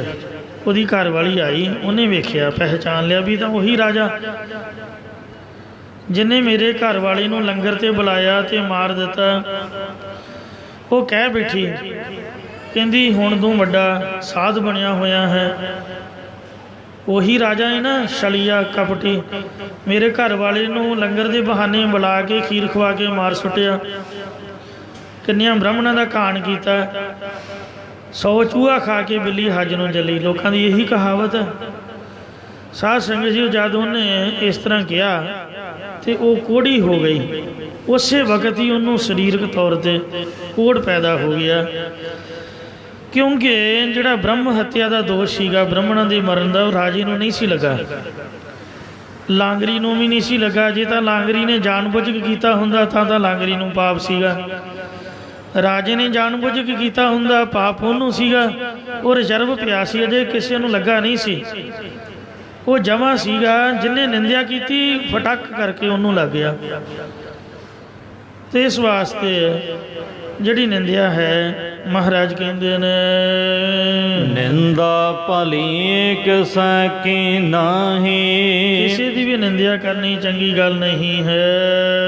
ਮਨ ਮੁਖ ਮੁਗਧ ਕਰਾਨਾ, ਅੱਜ ਸਾਨੂੰ ਇੱਕੋ ਹੀ ਕੰਮ ਹੈ, ਫੇਸਬੁੱਕ ਤੇ ਯੂਟਿਊਬ ਤੇ ਬਸ ਨਿੰਦਿਆ ਹੀ ਕਰੀ ਜਾਓ, ਨਿੰਦਿਆ ਹੀ ਕਰੀ ਜਾਓ। ਕੋਈ ਵੀ ਗੱਲ ਨਹੀਂ ਆਉਂਦੀ, ਨਿੰਦਿਆ ਤੇ ਆਉਂਦੀ ਆ। ਹਰੇਕ ਦੀ ਨਿੰਦਿਆ, ਹਰੇਕ ਤੇ ਕਮੈਂਟ, ਹਰੇਕ ਨੂੰ ਮਾੜਾ ਕਹਿਣਾ, ਇਹੀ ਕੰਮ ਹੈ ਸਾਡਾ। ਮੋਬਾਈਲ 'ਚ ਪੈਸੇ ਪਾਓ ਤੇ ਸਾਰੀ ਦਿਹਾੜੀ ਨਿੰਦਿਆ 'ਤੇ ਲੱਗੇ ਰਹੋ। ਮਾਰੇ ਕਹਿੰਦੇ ਮਨਮੁਖ ਲੋਕ, ਬੇਸਮਝ ਲੋਕ ਨਿੰਦਿਆ ਕਰੀ ਜਾਂਦੇ ਨੇ। ਰੱਬ ਦੀ ਸਿਫਤ ਕਰਨੀ ਚਾਹੀਦੀ ਹੈ। ਜੇ ਫੇਸਬੁੱਕ 'ਤੇ ਕੋਈ ਪੋਸਟ ਪਾਉਣੀ ਹੋਵੇ ਜਾਂ ਯੂਟਿਊਬ 'ਤੇ ਚਾੜ੍ਹਨੀ ਹੋਵੇ, ਕੋਈ ਰੱਬ ਦੀ ਸਿਫਤ ਦੀ, ਉਹਦੇ ਨਾਮ ਦੀ। ਜੇ ਸੱਚਮੁੱਚ ਹੀ ਤੁਸੀਂ ਚੰਗੇ ਹੋ, ਮੈਂ ਰਾਧਾ ਸੁਆਮੀਆਂ ਨੂੰ ਮੈਨੂੰ ਮਾੜਾ ਨਾ ਕਹਿਣਾ ਅਤੇ ਮਾफ़ ਕਰ ਦੇਣਾ। ਮੈਂ ਪਹਿਲਾਂ ਮਾफ़ੀ ਮੰਗਦਾ, ਮੈਂ ਬਹੁਤ ਚੰਗਾ ਸਮਝਦਾ ਹਾਂ ਆਪਣੇ ਨਾਲੋਂ। ਕਿਉਂ ਭਲਾ? ਕਦੀ TV 'ਤੇ ਦੇਖਿਆ ਉਹਨੂੰ, ਜਾਂ ਅਖਬਾਰ 'ਚ ਕੋਈ ਫੋਟੋ ਦੇਖੀ ਆ, ਜਾਂ ਕੋਈ ਫੇਸਬੁੱਕ 'ਤੇ ਕਿਸੇ ਦੀ ਨਿੰਦਿਆ ਕਰਦਿਆਂ ਸੁਣਿਆ? ਕੋਈ ਸਪੀਕਰ 'ਚ ਬੋਲਦਾ ਕੋਈ ਸੁਣਿਆ? ਕਿਸੇ ਨੂੰ ਮਿਲਦਾ ਬੁਰਾ ਭਲਾ? ਬਿਲਕੁਲ ਨਹੀਂ। ਆਹ ਲੋਕਡਾਊਨ ਵਿੱਚ ਵੀ ਲੰਗਰ ਵਰਤਾਇਆ ਉਹਨਾਂ। ਮਤਲਬ ਸਾਡਾ ਇੱਕੋ ਹੀ ਕੰਮ ਹੈ, ਸਪੀਕਰ ਫੜ ਕੇ ਬਸ ਨਿੰਦਿਆ ਕਰੀ ਜਾਣੀ, ਨਿੰਦਿਆ ਕਰੀ ਜਾਣੀ, ਮਾੜਾ ਕਹੀ ਜਾਣਾ। ਜੇ ਤੁਸੀਂ ਆਪ ਚੰਗੇ ਹੋ ਤਾਂ ਚੰਗਾ ਬਣ ਕੇ ਦੁਨੀਆ ਨੂੰ ਦਿਖਾਓ। ਕਹਿਣ ਨਾਲ ਥੋੜ੍ਹਾ ਚੰਗਾ ਬਣਨਾ ਹੈ। ਕੋਈ ਉਹਦਾ ਪੋਸਟਰ ਨਹੀਂ ਲੱਗਾ, ਤੁਸੀਂ ਦੇਖੋਗੇ ਕੋਈ ਉਹਦੀ ਐਡਵਰਟਾਈਜ਼ਮੈਂਟ। ਆ YouTube 'ਤੇ ਕਿੰਨੀਆਂ ਐਡਾਂ ਚੱਲਦੀਆਂ ਨੇ, TV 'ਤੇ ਕਿੰਨੀਆਂ ਚੱਲਦੀਆਂ ਨੇ ਵੀ ਸਾਨੂੰ ਮਿਲੋ ਜੀ, ਆਹ ਜੀ, ਆਓ ਜੀ। ਕਿਤੇ ਐਡ ਕਿਤੇ ਵੀ ਸੁਣੀ ਹੋਵੇ ਦੱਸੋ? ਪਰ ਦੁਨੀਆ ਕਮਲੀ ਉਹਦੇ ਮਗਰ ਤੁਰੀ ਫਿਰਦੀ ਹੈ। ਕਾਰਨ ਕੀ ਆ? ਵੀ ਉਹਦੇ 'ਚ ਕੁਛ ਹੈ। ਜੇ ਤੁਹਾਡੇ 'ਚ ਕੁਛ ਹੈ ਤਾਂ ਤੁਸੀਂ ਕਰਕੇ ਦਿਖਾਓ। ਮਾੜਾ ਕਿਉਂ ਕਹਿੰਦੇ ਹੋ ਬਈ? ਅਤੇ ਇਸ ਵਾਸਤੇ ਰੱਬ ਦਾ ਨਾਮ ਜਪਦਿਆਂ ਹੋਇਆ ਆਪ ਦਾ ਮਨ ਸ਼ਾਂਤ ਰੱਖਣਾ ਚਾਹੀਦਾ ਹੈ। ਜੇ ਚੰਗੇ ਹੋ ਤਾਂ ਗੁਰੂ ਨਾਨਕ ਸਾਹਿਬ ਨੇ ਆਪ ਦੇ ਗੁਣ ਦਿਖਾ ਕੇ, ਚੰਗਾ ਪੁਣਾ ਦਿਖਾ ਕੇ ਅਤੇ ਦੁਨੀਆ ਨੂੰ ਪਿਆਰ ਦੇ ਨਾਲ ਸਿੱਖੀ ਵੱਲ ਤੋਰਿਆ। ਡੰਡਾ ਨਹੀਂ ਘਮਾਇਆ ਕਿਸੇ ਵੀ ਮਹਾਰਾਜ ਨੇ। ਕਲਗੀਧਰ ਨੇ ਵੀ ਡੰਡੇ ਨਾਲ ਅੰਮ੍ਰਿਤ ਨਹੀਂ ਛਕਾਇਆ। ਪਿਆਰ ਨਾਲ ਜਿਹਨੇ ਮੰਨਿਆ ਉਹਨਾਂ ਛਕ ਲਿਆ, ਸਿੱਖਾਂ ਨੇ ਨਹੀਂ ਛਕਿਆ। ਮਹਾਰਾਜ ਦੀ ਆਖੇ ਤਾਂ ਸਿੱਖ ਨਹੀਂ ਲੱਗੇ। ਜੇ ਗੁਰੂ ਸਾਹਿਬ ਚੰਗੇ ਹੁੰਦੇ ਡੰਡਾ ਘਮਾਉਂਦੇ 10 ਲੱਖ ਦੇ ਦੁਆਲੇ ਵੀ ਆਓ ਪੁੱਤ ਤੁਸੀਂ ਵੱਡੇ ਸਿੱਖ ਬਣੇ ਫਿਰਦੇ ਹੋ। ਬਿਲਕੁਲ ਨਹੀਂ। ਜਿਹਦੀ ਮਰਜ਼ੀ ਆ ਛਕੋ, ਜਿਹਦੀ ਮਰਜ਼ੀ ਆ ਕੋਈ ਗੱਲ ਨਹੀਂ, ਕੱਲ੍ਹ ਨੂੰ ਛਕ ਲਿਓ, ਪਰਸੋਂ ਸਹੀ। ਅਤੇ ਇਸ ਵਾਸਤੇ ਨਿੰਦਿਆ ਕਰਨੀ ਬੜੀ ਮਾੜੀ ਜੇ। ਮਨਮੁਖ ਪੁਰਸ਼ ਕਰਦੇ ਨੇ ਅਤੇ ਲੋਕਾਂ ਦੀ ਗੰਦਗੀ ਦਾ ਟੋਕਰਾ ਸਿਰ 'ਤੇ ਚੁੱਕਦੇ ਹਨ। ਮੋਹ ਕਾਲੇ ਤਿਨ ਨਿੰਦਕਾਂ, ਉਹਨਾਂ ਨਿੰਦਕਾਂ ਆਪ ਕੀਰਤੀ ਕਰਨ ਵਾਲੇ ਮੂਰਖ ਜੀਵਾਂ ਦੇ ਲੋਕ ਅਤੇ ਪਰਲੋਕ 'ਚ ਮੂੰਹ ਕਾਲੇ ਕੀਤੇ ਜਾਂਦੇ ਹਨ। ਨਰਕੇ ਘੋਰ ਭਵਨ, ਅਤੇ ਭਿਆਨਕ ਕੁੰਭੀ ਨਰਕ ਦੇ ਵਿੱਚ ਉਹ ਪਾਏ ਜਾਂਦੇ ਹਨ।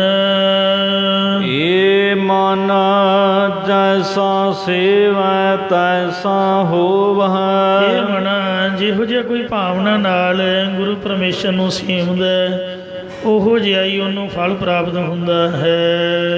ਤੇਰੇ ਕਾ ਤੇਹ ਕਰਮ ਕਮਾਏ। ਇਸ ਕਰਕੇ ਤੂੰ ਵੀ ਉਹੋ ਜਿਹੇ ਕਰਮਾਂ ਨੂੰ ਕਮਾਉਣਾ ਕਰ ਜਿਸ ਕਰਕੇ ਲੋਕ ਪਰਲੋਕ ਵਿੱਚ ਸੁਖ ਪ੍ਰਾਪਤ ਹੋਵੇ। ਆਪ ਬੀਜ ਆਪੇ ਹੀ ਖਾਵਣਾ। ਆਪ ਹੀ ਕਰਮਾਂ ਰੂਪੀ ਬੀਜ ਬੀਜ ਕੇ ਆਪ ਹੀ ਉਹਦਾ ਸੁੱਖ ਦੁੱਖ ਰੂਪ ਫਲ ਖਾਣਾ ਹੁੰਦਾ ਹੈ। ਭਾਵ ਕਰਮ ਭੋਗਣੇ ਪੈਂਦੇ ਨੇ। ਕਹਿਣਾ ਕਿਸੂ ਨਾ ਜਾਏ। ਇਸ ਤੇ ਕੁਝ ਵੀ ਆਖਿਆ ਨਹੀਂ ਜਾ ਸਕਦਾ। ਮਹਾਂਪੁਰਖਾਂ ਕਾ ਬੋਲਣਾ। ਜਿਹੜੇ ਮਹਾਂਪੁਰਖ ਸਤਿਪੁਰਸ਼ ਬੋਲਦੇ ਨੇ ਜੋ ਉਹਨਾਂ ਦਾ ਉਪਦੇਸ਼ ਹੈ ਹੋਵੈ ਕਿਤੈ ਪਰਥਾਏ। ਉਹ ਕਿਸੇ ਨਾ ਕਿਸੇ ਨਿਮਿਤ ਹੀ ਹੁੰਦਾ ਹੈ, ਕਿਸੇ ਨਿਯਮ ਨੂੰ ਲੈ ਕੇ ਹੁੰਦਾ ਹੈ, ਕਿਸੇ ਨਾ ਕਿਸੇ ਅਧਿਕਾਰੀ ਦੇ ਸਬਬ ਕਰਕੇ ਹੁੰਦਾ ਜਾਂ ਪਰਥਾਏ। ਪਰਾਰੂ ਪਰਮੇਸ਼ਰ ਦੀ ਜੋ ਪ੍ਰਾਪਤੀ ਸਰੂਪ ਰੂਪੀ ਥਾਂ ਹੈ ਉਹਦੀ ਪ੍ਰਾਪਤੀ ਕਰਾਉਣ ਵਾਲੇ ਬਚਨ ਬੋਲਦੇ ਨੇ।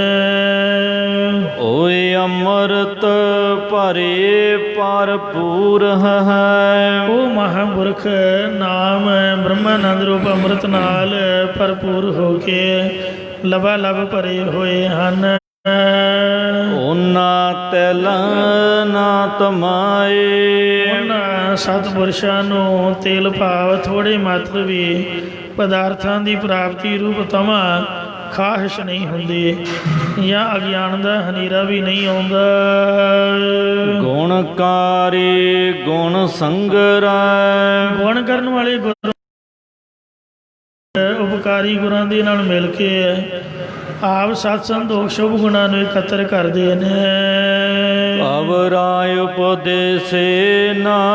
ਹਰ ਹੋਰਨਾਂ ਨੂੰ ਸ਼ੁਭ ਗੁਣ ਇਕੱਤਰ ਕਰਨ ਦਾ ਜਾਂ ਬ੍ਰਹਮ ਗਿਆਨ ਦਾ ਉਪਦੇਸ਼ ਦਿੰਦੇ ਨੇ ਜਾਂ ਗੁਰਮੁਖ ਜਾਣ ਗੁਣਕਾਰੀ। ਗੁਣਕਾਰੀ ਗੁਣ ਸੰਗਰੈ। ਸ਼ੁਭ ਗੁਣਾਂ ਰੂਪ ਦਵਾਈ ਨਾਲ ਵਿਸ਼ਿਆਂ ਦਾ ਸੰਘਾਰ ਕਰ ਦਿੰਦੇ ਨੇ।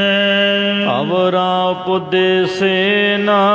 ਹਰ ਹੋਰਨਾਂ ਨੂੰ ਗੁਰੂ ਸ਼ਰਨ ਵਿੱਚ ਆਉਣ ਦਾ ਸ਼ੁਭ ਗੁਣ ਧਾਰਨ ਦਾ ਉਪਦੇਸ਼ ਦਿੰਦੇ ਹਨ।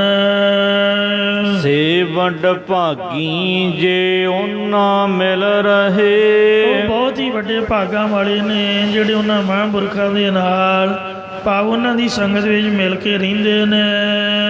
ਅਣ ਦਿਨ ਨਾਮ ਲਾਏ ਨਾ। ਹਰ ਦਿਨ ਰਾਤ ਪਰਮੇਸ਼ਰ ਦਾ ਨਾਮ ਲੈਂਦੇ ਭਾਵ ਜਪਦੇ ਨੇ। ਦੇਸੀ ਰਿਜਕ ਸੰਭਾਹੇ। ਉਹ ਜਾਣਦੇ ਨੇ ਕਿ ਜਿਸ ਪਰਮੇਸ਼ਰ ਨੇ ਜਿਨ ਪਾਈ ਮੈਦਾਨੀ। ਜਿਹਨੇ ਸਾਰੀ ਸ੍ਰਿਸ਼ਟੀ ਪੈਦਾ ਕੀਤੀ ਹੈ ਉਹ ਪਰਮੇਸ਼ਰ ਸਾਰਿਆਂ ਤਾਈਂ ਰੋਜੀ ਉਪਜੀਵਕਾ ਪਹੁੰਚਾ ਦਿੰਦਾ ਹੈ। ਏਕੋ ਹੈ ਦਾਤਾਰ। ਇੱਕ ਪਰਮੇਸ਼ਰ ਆਪ ਹੀ ਸਭ ਨੂੰ ਦਾਤਾਂ ਦੇਣ ਵਾਲਾ ਹੈ। ਸੱਚਾ ਆਪ ਤਾਣੀ। ਅਤੇ ਆਪ ਹੀ ਸਭ ਦਾ ਸੱਚਾ ਮਾਲਕ ਹੈ।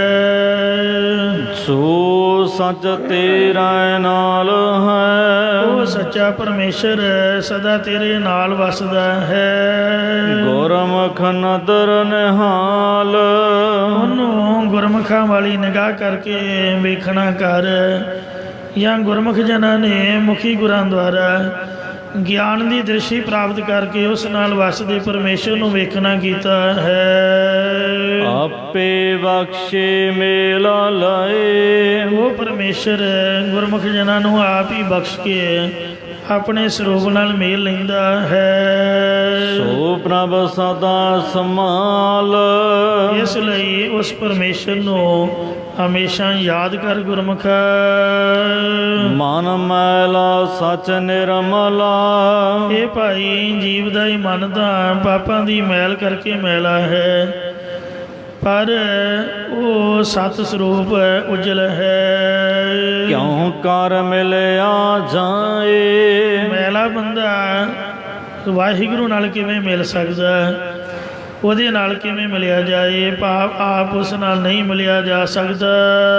ਪ੍ਰਭ ਮਿਲੇ ਤਾਂ ਮਿਲ ਰਹੈ, ਜੇਕਰ ਪਰਮੇਸ਼ਰ ਆਪ ਆਪਣੀ ਕਿਰਪਾ ਕਰਕੇ ਮਿਲੇ ਤਾਂ ਹੀ ਉਸ ਪ੍ਰਭੂ ਨਾਲੇ ਜੀ ਮਿਲਿਆ ਰਹਿੰਦਾ ਹੈ। ਹਉਮੈ ਸ਼ਬਦ ਜਿਵ ਜਲਾਏ, ਅਰੇ ਆਪਣੀ ਦੇ ਗੁਣਾਂ ਦੀ ਹੰਗਤਾ ਮਮਤਾ ਨੂੰ ਵੀ ਗੁਰੂ ਦੇ ਉਪਦੇਸ਼ ਦੀ ਕਮਾਈ ਦੁਆਰਾ ਸਾੜ ਦਿੰਦਾ ਹੈ। ਸੋ ਸਾਹੋ ਸੱਚਾ ਵਿਸਰੈ, ਉਹ ਸੱਚਾ ਮਾਲਕ ਪਰਮੇਸ਼ਰ ਜਿਸ ਨੂੰ ਭੁੱਲ ਜਾਂਦਾ ਹੈ। ਤ੍ਰਿਗ ਜੀਵਨ ਸੰਸਾਰ, ਉਹਦਾ ਸੰਸਾਰ ਵਿੱਚ ਜਿਉਣਾ ਤ੍ਰਿਗਾਕਾਰ ਹੈ।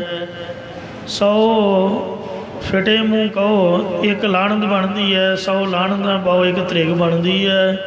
ਤ੍ਰਿਗ ਤ੍ਰਿਗ ਖਾਇਆ, ਤ੍ਰਿਗ ਤ੍ਰਿਗ ਸੋਇਆ, ਤ੍ਰਿਗ ਤ੍ਰਿਗ ਕਾਪੜ ਅੰਗ ਚੜਾਇਆ, ਤ੍ਰਿਗ ਸਰੀਰ ਸਹਿਤ ਕੁਟੰਬ ਸਿਓ, ਜਿਤ ਹੁਣ ਖਸਮ ਨਾ ਪਾਇਆ।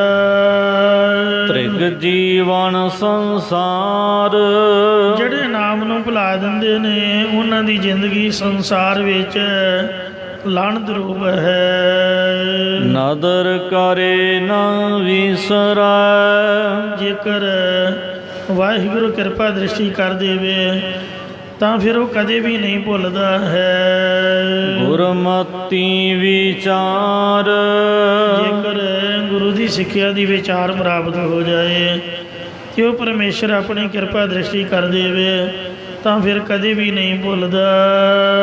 ਸਤਿਗੁਰ ਮਿਲੇ ਤਾਂ ਮਿਲ ਰਹਾ, ਇਹ ਭਾਈ ਸਾਡਾ ਆਪਣਾ ਕੋਈ ਵੀ ਜ਼ੋਰ ਨਹੀਂ ਹੈ। ਜੇਕਰ ਸਤਿਗੁਰੂ ਸਾਹਿਬ ਜੀ ਪਰਮੇਸ਼ਰ ਨਾਲ ਮੇਲ ਦੇਣ ਤਦੋਂ ਹੀ ਮਿਲਿਆ ਰਹਿ ਸਕਦਾ ਹਾਂ। ਸਾਚ ਰੱਖਾਂ ਔਰ ਤਾਰ, ਪਰ ਉਹ ਸੱਚੇ ਪਰਮੇਸ਼ਰ ਨੂੰ ਹਿਰਦੇ ਵਿੱਚ ਧਾਰਨ ਕਰਕੇ ਰੱਖਣਾ ਕਰਾਂਗਾ। ਮਿਲਿਆ ਹੋਏ ਨਾ ਵਿਛੜੈ, ਉਹ ਪਰਮੇਸ਼ਰ ਨਾਲ ਮਿਲਿਆ ਹੋਇਆ ਕਦੇ ਵੀ ਨਹੀਂ ਵਿਛੜਦਾ। ਗੁਰ ਕਹੇ ਤ ਪਿਆਰ, ਜੋ ਗੁਰੂ ਦੇ ਸਦਕਾ ਪਰਮੇਸ਼ਰ ਨਾਲ ਪਿਆਰ ਕਰਦਾ, ਪਿਆਰੇ ਗੁਰੂ ਦੇ ਨਾਲ ਪ੍ਰੇਮ ਕਰਦਾ, ਉਹ ਮਿਲਿਆ ਕਦੇ ਨਹੀਂ ਵਿਛੜਦਾ। ਪੈਰਸਾ ਲਾਹੀ ਆਪਣਾ, ਜੋ ਜੀਵ ਰੂਪ ਇਸਤਰੀ ਗੁਰੂ ਮਹਾਰਾਜ ਜੀ ਦੇ ਗੁਰ ਕਾ ਸ਼ਬਦ ਵਿਚਾਰ, ਉਪਦੇਸ਼ ਦੀ ਵਿਚਾਰ ਦੁਆਰਾ ਆਪਣਾ ਪਤੀ ਪਰਮੇਸ਼ਰ ਸਲਾਹੁੰਦੀ ਹੈ। ਮਿਲ ਪ੍ਰੀਤਮ ਸੁਖ ਪਾਇਆ, ਉਹਨੇ ਆਪਣੇ ਪਿਆਰੇ ਪਤੀ ਪਰਮੇਸ਼ਰ ਨਾਲ ਮਿਲ ਕੇ ਆਤਮਿਕ ਆਨੰਦ ਪਾਇਆ ਹੈ। ਸੁਭਾਵੰਤੀ ਨਾਰ, ਹਰ ਉਹੀ ਭਗਤੀ ਰੂਪ ਸ਼ੋਭਾ ਵਾਲੀ ਮਹਾਤਮਾ ਰੂਪ ਇਸਤਰੀ ਹੈ।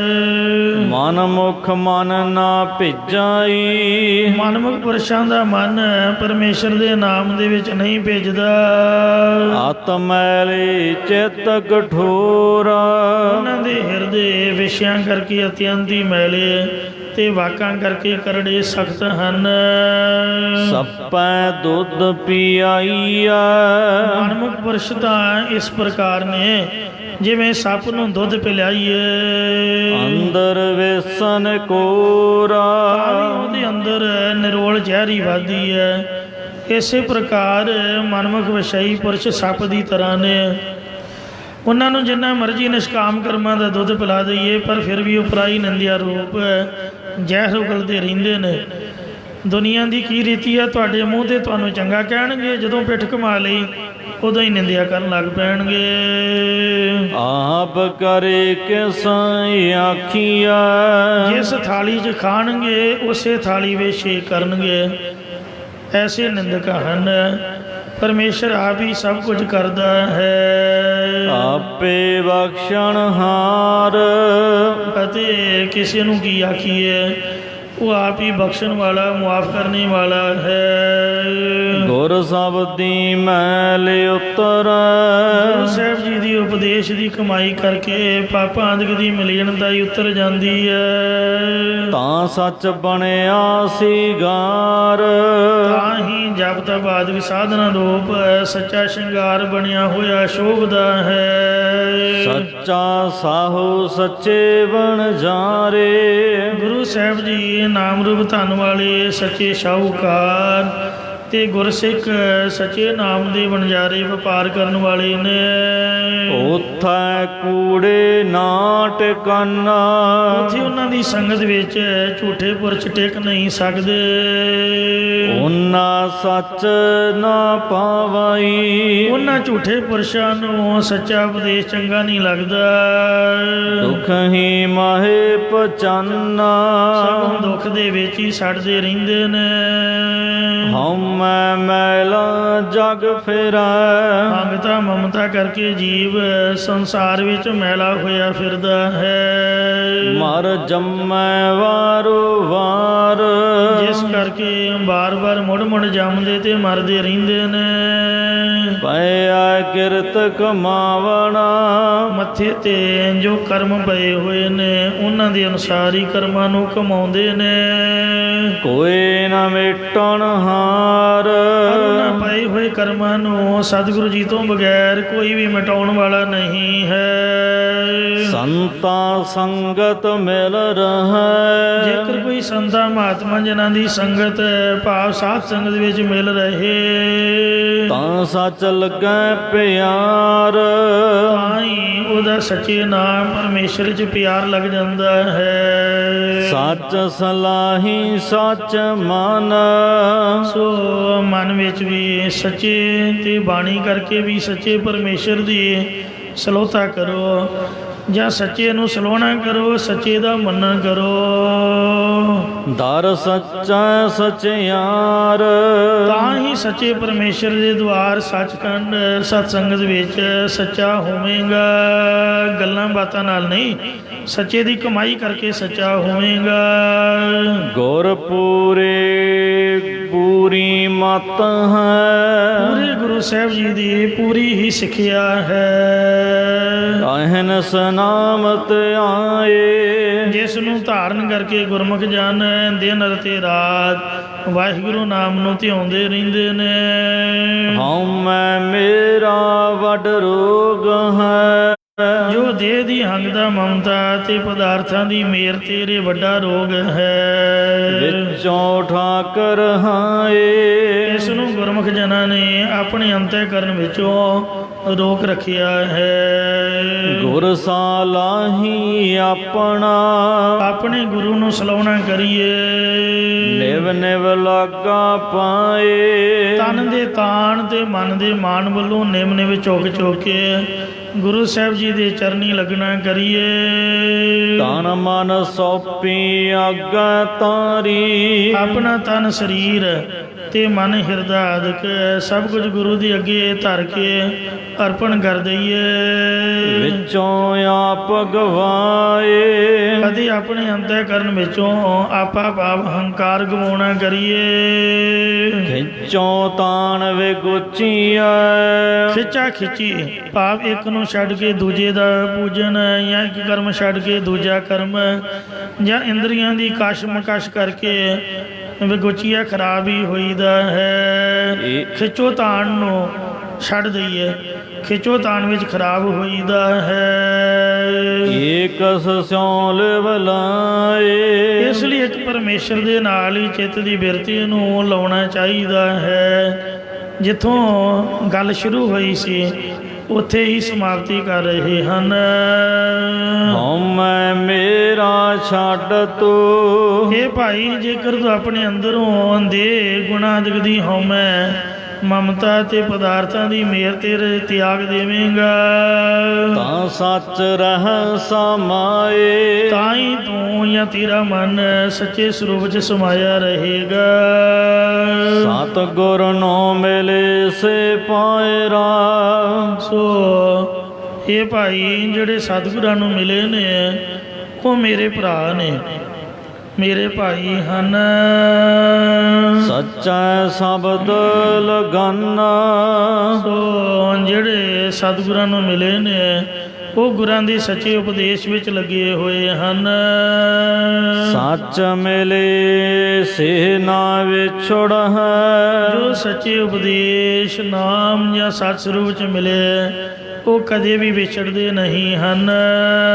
ਦਰ ਸੱਚੈ ਦੇ ਸੰਨ, ਹਰ ਅੰਤ ਨੂੰ ਵੀ ਸੱਚੇ ਦੀ ਦਰਗਾਹ ਦੇ ਵਿੱਚ ਸੱਚੇ ਹੀ ਦਿਖਦੇ ਨੇ, ਜਾਂ ਸਤ ਸਰੂਪ ਦੇ ਗਿਆਨ ਰੂਪ ਦਰ ਵਿੱਚ ਅਸਥਿਤ ਹੋਏ ਦਿਖਦੇ ਹਨ।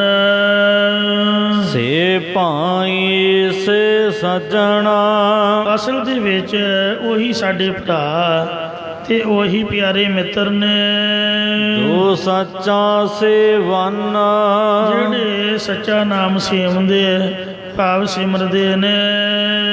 ਅਵਗਣ ਵਿਕਣ ਪੱਲਰਨ, ਗੁਨਾਹਾਂ ਨੂੰ ਪਰਾਲੀ ਭੌਂ ਦੇ ਭਾਵ ਵੇਚਦੇ ਭਾਵ ਤਿਆਗ ਦਿੰਦੇ ਨੇ, ਜਾਂ ਬੁੱਧੀ ਰੂਪ ਪੱਲੇ ਵਿੱਚ ਔਗਣਾਂ ਨੂੰ ਪਰਾਲੀ ਦੀ ਤਰ੍ਹਾਂ ਖਾਲੀ ਜਾਣ ਕੇ ਤਿਆਗਦੇ, ਤੇ ਸਤ ਸੰਤੋਖ ਆਦਿਕ ਗੁਣਾਂ ਦੀ ਗੁਣ ਕੀ ਸਾਂਝ ਕਰਨ, ਗੁਣਾਂ ਦੀ ਸਾਂਝ ਕਰਦੇ ਹਨ। ਇੱਥੇ ਸਮਾਪਤੀ ਕਰਦੇ ਹਾਂ ਜੀ। ਸ਼ਬਦ ਭਾਵੇਂ ਲੰਮੇਰਾ ਹੋਣ ਕਰਕੇ ਅੱਗੇ ਚੱਲਿਆ ਜਾ ਰਿਹਾ ਹੈ, ਪਰ ਸਮੇਂ ਦੀ ਸਮਾਪਤੀ ਹੈ ਜੀ। ਭੁੱਲ ਜੋ ਖਿਮਾ ਕਰਨੀ, ਅੱਗੇ ਤੋਂ ਸਮਤ ਬਖਸ਼ਣੀ, ਗੁਰੂ ਸਾਹਿਬ ਕਿਰਪਾ ਕਰਨ, ਇਹ ਉਪਦੇਸ਼ ਸਾਡੇ ਹਿਰਦਿਆਂ 'ਚ ਵਸਾ ਦੇਣ ਜੀ। ਇਸ ਕਰਕੇ ਮਹਾਰਾਜ ਦੀ ਸਾਡੇ ਦੀ ਕਿਰਪਾ ਹੋਵੇ। ਸੇ ਪਾਈ ਸੇ ਸਜਣਾ, ਜੋ ਸੱਚਾ ਸੇਵਨ, ਅਵਗਣ ਵਿਕਣ ਪੱਲਰਨ, ਗੁਣ ਕੀ ਸਾਂਝ ਕਰਨ। ਵਾਹਿਗੁਰੂ ਜੀ ਕਾ ਖਾਲਸਾ, ਵਾਹਿਗੁਰੂ ਜੀ ਕੀ ਫਤਿਹ। ਰਾਮ ਕਲੀ ਮਹਲਾ ਤੀਜਾ, ਆਨੰਦ ਏਕ ਓੰਕਾਰ।